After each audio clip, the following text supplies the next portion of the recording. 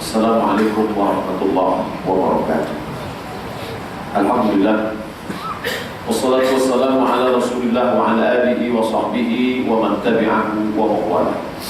Manakala kekuasaan dalam genggaman Nabi Muhammad sallallahu alaihi wasallam, saat itu ia mampu menaklukkan kota Makkah Al-Mukarramah.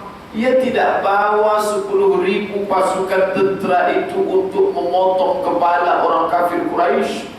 Ia tidak seperti yang digambarkan oleh orang-orang kafir bahwa tangan kanannya memegang pedang, tangan kirinya menggenggam Al-Quran. Sesiapa yang tak masuk Islam maka halal darahnya, dipancung kepalanya. Maka tertulis dengan tinta emas dalam sejarah Islam, Nabi mengatakan, izhabu, pergilah kamu, wa antum tulaqa, kamu bebas. La ikraha fid din, tidak ada paksaan dalam agama. Tapi manakala ia katakan pergilah kamu, justru mereka datang berbondong-bondong. Saat itu Allah menceritakan kisah itu dalam satu surat khusus, idza jaa nasrullahi wal fath. Ketika datang pertolongan Allah dan kemenangan, wa ra'aitan nas, engkau lihat nas, tidak dikatakan Arab, tidak dikatakan orang hitam dan orang putih. Wa ra'aitan nas, engkau lihat semua manusia yadkhuluna fi dinillah, mereka masuk ke dalam agama Allah, bukan satu, bukan dua, bukan tiga, bukan lima, bukan 10, afwaja, berkelompok-kelompok, berbondong-bondong masuk ke dalam agama Allah.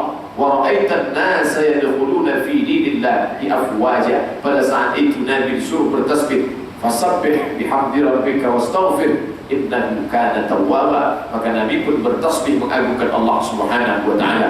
Pada tahun ke-8 beliau kuasai Makkah. Pada tahun ke-9 disebut dengan Amul Wufud. Semua wufud artinya utusan-utusan. Semua orang-orang dari kalangan Arab Badui, dari kalangan semua kabilah-kabilah Arab mengirim utusan untuk mengatakan syahadat, asyhadu an la ilaha illallah wa asyhadu anna Muhammadar Rasulullah. Pada tahun ke-10 Haji Wada, berkumpullah mereka semua di padang Arafah. Maka pada saat itu turunlah ayat al-yawma akmaltu lakum dinakum wa atmamtu alaikum ni'mati wa raditu lakumul Islam madina. Maka pada saat itu menangislah sahabat. Mengapa mereka menangis? Karena ayat itu mengatakan wa atmamtu alaikum ni'mati, sudah aku sempurnakan nikmatku.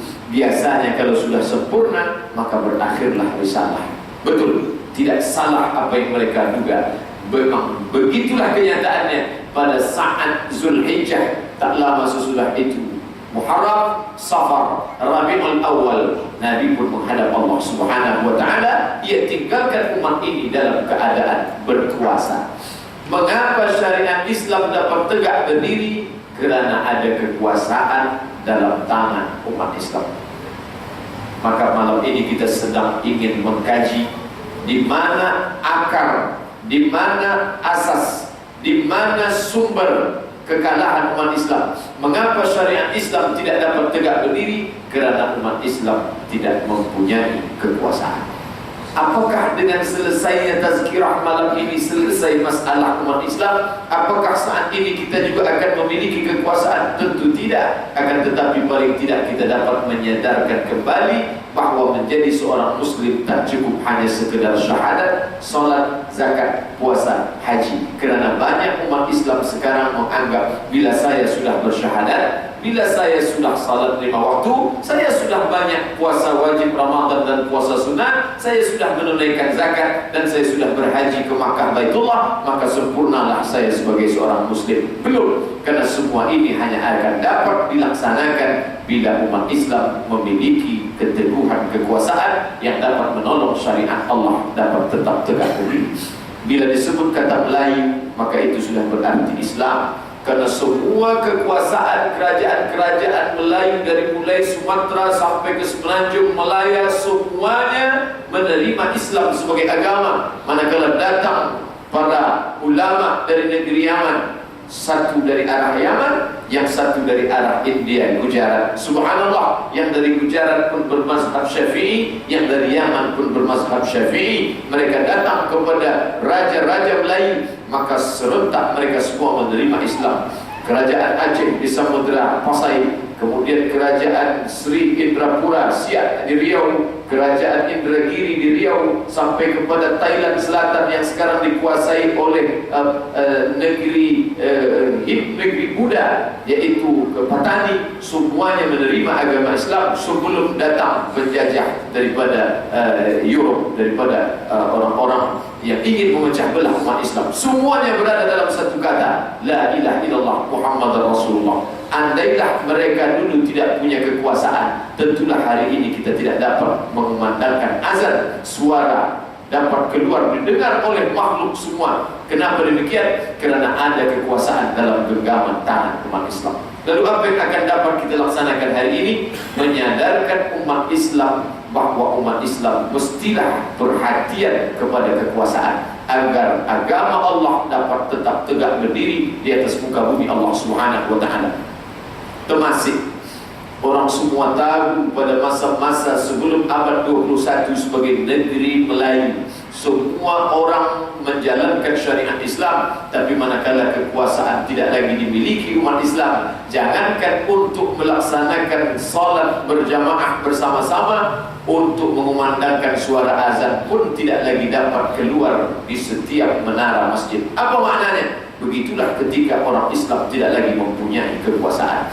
Bukankah dulu Islam pernah berkuasa di negeri bernama Andalus? Bila kita baca tafsir Al-Qurtubi, Qurtubi diambil dari kata Cordova. Apa maknanya? Ia seorang Muslim yang berasal dari negeri Nun, jauh di sana, yang disebut dengan Al-Andalus, Andalusia, Spain. Apa maknanya? Bahawa umat Islam pernah berkuasa selama 7 abad lamanya. Masjid itu disebut dengan Masjid Al-Hamra. Hamra diambil dari kata ahmar, merah, kerana masjid itu dibuat dari batu yang amat sangat indah berwarna merah. Akan tetapi apa yang terjadi saat ini, manakala tegak seorang perempuan bernama Ratu Isabella, maka dia hapuskan itu semua. Masjid Al-Hamra itu pun dia robah menjadi katedral Roman Katolik yang amat sangat besar, di mana imam tegak berdiri menyuarakan takbir Allahu Akbar pada masa itu. Di tempat imam itu pula ia tegakkan salib yang paling besar di negeri Andalusia. Ini bukti bahawa bila kekuasaan tidak dalam genggaman tangan umat Islam tak boleh merasa sudah bangga dengan binaan bangunan yang mewah yang megah, karena sampai masanya yang megah itu pun dapat mereka robah dengan kekuasaan yang ada dalam genggaman tangan mereka. Allah Ta'ala sudah mengingatkan itu dalam Al-Quran, walan tarda angkal yahudu walan nasara. Kedua orang ini tidak akan pernah rida, tidak akan pernah merasa puas hati dengan kamu, hatta tattabi'a millatahum, sampai engkau ikut kepada agama mereka. Ini mesti kita sampaikan kepada anak cucu cicit kita di masa akan datang. Andai tidak terwujud negeri yang menjalankan syariat Islam secara sempurna, maka kita ikut menanggung dosanya. Maka paling tidak kita sampaikan kepada mereka, engkau boleh menjadi seorang ahli politik, engkau boleh menjadi seorang usahawan, engkau boleh menjadi orang jutawan yang kaya raya, tapi cita-cita tertinggi engkau adalah menegakkan syariat agama Allah Subhanahu wa taala.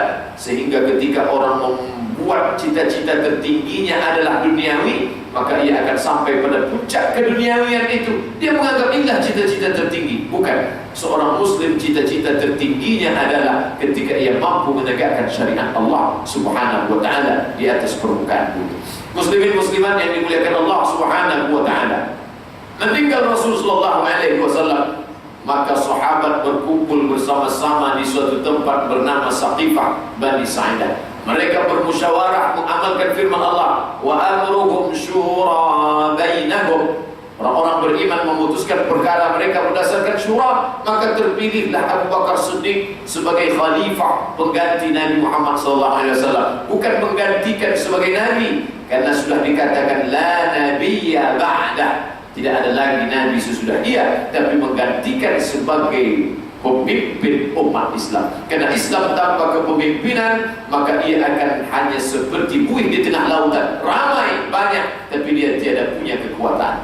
Dia tidak ada kekuatan untuk menegakkan agama Allah Subhanahu wa taala. Ini sudah diceritakan oleh Nabi SAW kamu nanti seperti makanan yang berada di atas meja makan. Masing-masing orang akan memperebutkan, satu menarik ekornya, satu menarik kakinya, satu menarik sayapnya, satu mengambil kepalanya. Lalu kemudian sahabat bertanya, "Aqillatun nahnu yawma idzin ya Rasulullah?" Apakah saat itu jumlah kami sedikit sehingga orang memperebutkan kami?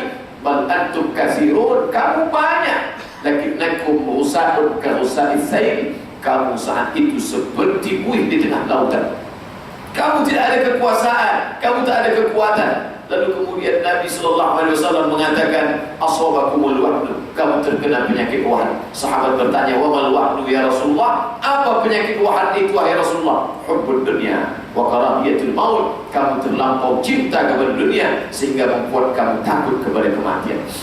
Apakah Nabi SAW setelah ia pergi, lalu sahabat itu berkumpul di taman Raudhah, lalu kemudian mereka salat, sujud, takbir, sujud, salat, berzikir, baca Quran, menunggu Israel datang mencabut nyawa mereka? Tidak. Sahabat itu bertebaran di atas muka bumi Allah Subhanahu wa taala, mengamalkan firman Allah, "Idza qudiyatis shalah." Kalau salat sudah dilaksanakan, fantashiru fil ard, bertebaranlah di atas muka bumi Allah, wabtaghu min fadlillah, carilah karunia Allah Subhanahu wa taala.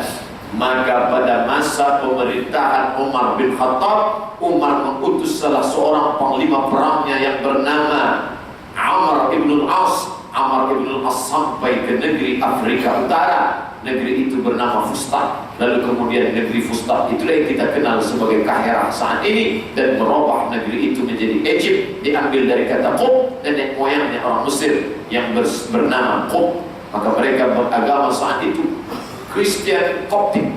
Lalu kemudian umat Islam ingin menyelamatkan akidah mereka. Umar bin Khattab tidak mengajak sahabat hanya tawaf sa'i, tahallul, baca Quran, berzikir. Dia tebarkan umat Islam sampai ke negeri Mesir.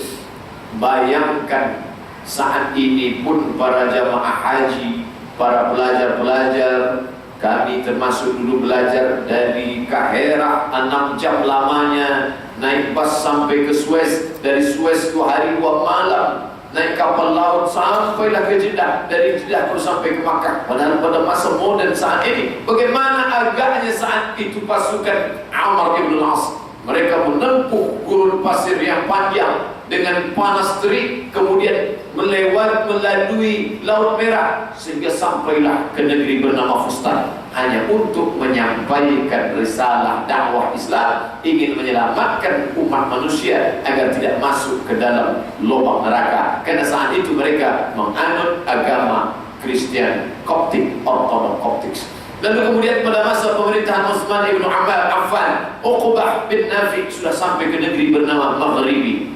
Mesir, Libya, Tunisia, Aljazair, Maghribi. Kita dapat bayangkan perjalanan yang jauh ini dapat ditempuh dengan perjalanan berbulan-bulan lamanya. Apa yang mereka inginkan dari perjalanan jauh ini? Ingin menegakkan syariat agama Allah di atas permukaan bumi ini. Saat itu mereka belum tahu lagi bahwa di negeri itu akan ada minyak, akan ada harta benda. Yang mereka cari hanyalah ingin mengislamkan dunia. Dapat dibayangkan, ini ke arah barat. Mereka sudah sampai pada peran masa pemerintahan Utsman bin Affan sampai ke Maghribi. Sementara ke arah timurnya pula mereka sudah sampai ke negeri bernama Azerbaijan, yang disebut dengan Bahrul Qazmain.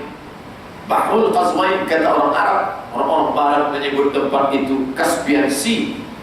Azerbaijan sudah ditaklukkan umat Islam pada masa pemerintahan Utsman ibn Affan. Salah satu sebab mengapa muncul Mushaf Utsmani kerana laporan, report daripada Hudzaifah ibn al-Yaman. Kata Hudzaifah ibn al-Yaman, "Wahai Khalifah Utsman ibn Affan, aku sudah sampai ke Azerbaijan. Aku temukan umat Islam di sana berkelahi melihat mushaf mereka." Maka Utsman bin Affan pun menyatukan mushaf ini dalam satu mushaf yang disebut dengan Mushaf Utsmani. Apa maknanya? Kekuasaan umat Islam dari Azerbaijan sampai ke Maghribi semuanya satu kata, la ilaha illallah Muhammadan Rasulullah.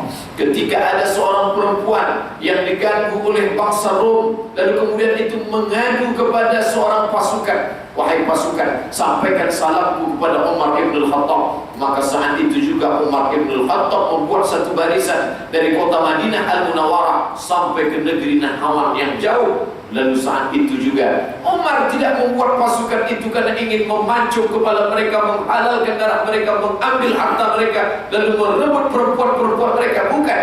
Umar bin Khattab hanya ingin menunjukkan bila ada seorang perempuan yang diganggu di negeri lain, lihatlah Umar bin Khattab sanggup membuat satu barisan yang panjang. Apa maknanya? Islam akan dihormati dan muliakan manakala ia memiliki kekuasaan. Hadirin hadirat muslimin muslimat yang dimuliakan Allah Subhanahu wa taala. Allah taala memuji umat ini bukan kerana ibadahnya. Allah taala memuji umat ini bukan kerana banyaknya. Allah taala memuji umat ini bukan kerana cakap bicaranya, tapi lihatlah ayat Allah, kuntum khaira ummah, kami adalah umat yang paling baik, ukhrijat linnas, kuntum khaira ummah, kamu adalah umat yang paling baik yang pernah dikeluarkan Allah Ta'ala di atas permukaan bumi. Apa sifatnya? 3. Ta'muruna bil ma'ruf, manakala kamu mengajak kepada perbuatan baik, wa tanhauna 'anil munkar, manakala engkau mampu mencegah dari perbuatan munkar, wa tu'minuna billah, dan engkau beriman kepada Allah. Siapakah orang yang sanggup melaksanakan amar ma'ruf nahi munkar kalau bukan orang-orang yang memiliki kekuasaan? Oleh sebab itu, dalam kaidah fikih dikatakan, ma la yatimul wajib illa bihi fahuwa wajib. Bila yang wajib itu tidak dapat tegak dengan ia, maka ianya pun ikut menjadi wajib. Berwudu wajib, kerana salat wajib, maka wudu itu pun ikut menjadi wajib. Mengambil air di dalam perigi sumur wajib, maka membeli timba untuk mengambil air itu pun ikut menjadi wajib. Kerana salat tidak akan sempurna bila tidak dengan air, dan untuk mendapatkan itu pun maka hukumnya menjadi wajib. Amar ma'ruf wajib, nahi munkar wajib, salat wajib, puasa wajib, zakat wajib, haji wajib. Tapi yang wajib-wajib ini tidak akan tegak bila tidak ada kekuasaan, maka merebut kekuasaan itu pun ikut menjadi wajib. Bila orang tidak memperdulikan, memperhatikan kekuasaan, maka ia sudah meninggalkan yang wajib-wajib. Saat ini, bila ada orang melakukan perbuatan zina, apa yang dilakukan umat Islam? Dalam Al-Quran Allah Ta'ala sudah katakan, az-zaniyatu, berzina perempuan, wazani, berzina lelaki, fajridu kulla wahidin minhuma mi'ata jaldah, maka cambuklah keduanya 100 kali hukum cambuk. Siapa yang dapat melakukan itu kalau bukan orang yang punya kekuasaan? Andai malam ini datang seorang pemuda, na'udzubillah, lalu ia mengaku kepada ustaz dengan tetesan air mata, wahai ustaz, aku ingin bertaubat kepada Allah, maka cambuklah aku 100 kali. Kita tidak dapat melakukan itu karena kita tak ada kuasa. Maka oleh sebab itu menegakkan hukum Allah Subhanahu wa taala hanya dapat dilakukan oleh orang yang punya kekuasaan dalam genggaman tangannya. As-sariqu, mencuri laki, was-sariqatu, mencuri perempuan, faqata'u aydiyahuma, potonglah tangannya, jazaan bima kasaba. Itulah hukuman yang layak atas segala perbuatannya. Siapakah yang dapat menegakkan itu? Lalu bagaimana dengan kita membaca Al-Quran pagi dan petang dan kita tidak tegakkan itu? Allah Ta'ala berikan 3 ancaman. وَمَنْ لَمْ يَحْكُمْ بِمَا أَنْزَلَ اللَّهُ فَأُولَئِكَ هُمُ الْكَافِرُونَ وَمَنْ لَمْ يَحْكُمْ بِمَا أَنْزَلَ اللَّهُ فَأُولَئِكَ هُمُ الْفَاسِقُونَ وَمَنْ لَمْ يَحْكُمْ بِمَا أَنْزَلَ اللَّهُ فَأُولَئِكَ هُمُ الظَّالِمُونَ. Kafir, fasik, zalim. Kita sudah tahu apa hukuman bagi orang yang kafir. Orang-orang yang kafir Allah katakan, ulaika habitat a'maluhum, gugur segala amalnya. Sebagaimana kita melihat pokok kayu dengan daunnya yang kering, lalu datang angin bertiup kencang, sekali tiup jatuh semua daunnya, yang tinggal hanya batang dan ranting saja. Begitulah amal-amal orang yang kafir itu hilang, tak bermakna di hadapan Allah Subhanahu wa taala. Fala nuqimu lahum yaumal qiyamati wazna, kami tidak akan timbang amal mereka pada saat segala amal kebaikan ditimbang di hadapan Allah. Apakah Allah akan menimbang amal kita malam ini? Ya, kita yakin itu. Tapi Allah sudah janji dalam Al-Quran, fala nuqimu lahum yaumal qiyamati wazna, kami tidak akan timbang amal mereka walau seberat bukit Uhud sekalipun. Dan yang paling menyakitkan, yang paling menyedihkan adalah waqadimna ila ma 'amilu min 'amalin, segala amal kebaikan mereka dulu akan kami datangkan. Karena Allah sudah berjanji, faman ya'mal mithqala dzarratin khairan yarah, sebesar biji sawi Sebesar ujung rambut pun yang kamu lakukan, ya matamu akan melihat perbuatan itu, dan Allah akan tunjukkan ini amalmu, ini kebaikanmu, ini perbuatan salehmu. Tapi betapa sedihnya hati saat amal berada di hadapan mata. Saat itu juga Allah katakan, faja'alnahu haba'an mansura, kami jadikan amal itu seperti debu-debu yang ditiup oleh angin. Kafir, zalim, fasik. Kafirkah kita? Zalimkah kita? Fasikkah kita? Tentu kita membela diri mengatakan, aku tidak kafir, aku tidak zalim, aku tidak fasik, kerana tidak ada kekuasaan di dalam tanganku. Tapi kita wajib menyampaikan kepada anak cucu, engkau mesti berkuasa, engkau mesti menegakkan syariat agama Allah. Itulah wasiat yang dikatakan oleh Yaqub kepada anak cucunya, ma ta'buduna min ba'di, apa yang akan kalian sembah sesudah aku mati nanti. Ya, semua akan mengatakan kami menyembah Allah, kami akan memakmurkan masjid, kami akan berinfak bersedekah. Dapatkah orang-orang di Andalusia saat ini memakmurkan masjid Allah ketika kekuasaan tidak berada dalam genggaman tangan mereka? Oleh sebab itu kita sampaikan, kamu akan membangun masjid, baik. Kamu akan menyantuni anak yatim, baik. Tapi jangan lupa, menyantuni anak yatim dan memakmurkan masjid hanya dapat dilakukan oleh orang-orang yang memiliki kekuasaan dalam tangannya. Muslimin muslimat yang dimuliakan Allah Subhanahu wa taala, andai kita melihat kemungkaran di hadapan mata kita, apa yang disampaikan Nabi sallallahu alaihi wasallam, man ra'a minkum munkaran, sesiapa di antara kamu yang melihat menyaksikan kemungkaran, sebarang kemungkaran, sekecil apapun kemungkaran itu, falyughayyirhu bi yadihi, maka robahlah dengan tangan. Nabi mengatakan tangan. Apakah tangan ini yang dapat merubah kemungkaran? Tentulah tangan ini tak boleh merubah kemungkaran. Tapi tangan yang dimaksudkan adalah makna majazi. Ada kekuasaan, robahlah dengan kekuasaanmu. Makin besar kekuasaanmu, maka makin dapat banyak kemungkaran yang dapat engkau hilangkan dari muka bumi Allah. Fa'illam yastati'. Bagaimana kalau tidak mampu kerana tidak ada kekuasaan? Fabilisani, dengan lidah. Malam ini lidah akan disampaikan, lidah menyampaikan, disampaikan melalui khutbah Jumat, disampaikan melalui tazkirah tausiah, disampaikan melalui lidah yang tak bertulang, dengan suara. Fa illam yastati', dengan lidah pun tak juga mampu kerana dilarang, tidak boleh membicarakan masalah kekuasaan. Fa bilisani, andai tak juga mampu dengan lidah, fa biqalbi, dengan hati. Apa maknanya? Diam. Tapi jangan lupa, di akhir hadis itu Nabi memberikan ancaman, wa dzalika adhaful iman, itulah selemah-lemah iman. Mengapa manakala orang memilih rumah, ia pilih rumah yang paling kokoh, manakala ia memilih kereta, ia pilih yang paling cepat, yang paling hebat. Tapi manakala iman, ia pilih yang paling lemah. Padahal iman itu yang akan ia bawa menghadap Allah Subhanahu wa taala. Dengan tangan aku tak sanggup, dengan lidah aku tak mampu, dengan hati yang aku pilih. Padahal saat itu ia sedang memilih, wa dzalika adhaful iman, selemah-lemah iman. Apa yang dapat dilakukan umat Islam saat ini? Ia sampaikan Islam yang sempurna. Salat baik, tetapi terlalu larut dalam pembahasan salat, antara basmalah sir dengan jahar, antara membaca Al-Fatihah di belakang imam dengan tidak, antara berqunut subuh dengan tidak, larut dalam masalah khilafiyah. Maka kita sudah melupakan inti ajaran Islam. Bersilang pendapat, bertikai, berkonflik, berikhtilaf dalam masalah-masalah furu', sehingga melupakan dasar mengapa Allah menurunkan agama ini. Ini pun salah satu menyebabkan umat ini menjadi lemah. Oleh sebab itu, manakala Imam Asy-Syahid Hasan Al-Banna masuk ke dalam suatu masjid di Kahira, lalu dia lihat dua orang yang sedang berkelahi mempermasalahkan solat tarawih antara 21 rakaat dengan 11 rakaat. Lalu dia tanya, kamu yang melaksanakan 11 rakaat, apakah tarawih itu sunnah? Iya. Kamu yang melaksanakan 20 sekian rakaat, apakah tarawih itu sunnah? Iya. Lalu apa hukum menyatukan hati untuk menegakkan syariat Islam? Wajib. Mengapa kamu menyibukkan diri pada perkara yang sunnah sehingga kamu batalkan yang wajib? Apakah mencium hajar aswad itu sunnah? Iya. Apakah mencium hajar aswad itu ada ulama fiqh yang mengatakan dia wajib, mengatakan rukun, mengatakan syarat, bila tidak dicium maka tidak sah haji, tidak sah tawaf? Tak seorang pun mengatakan itu.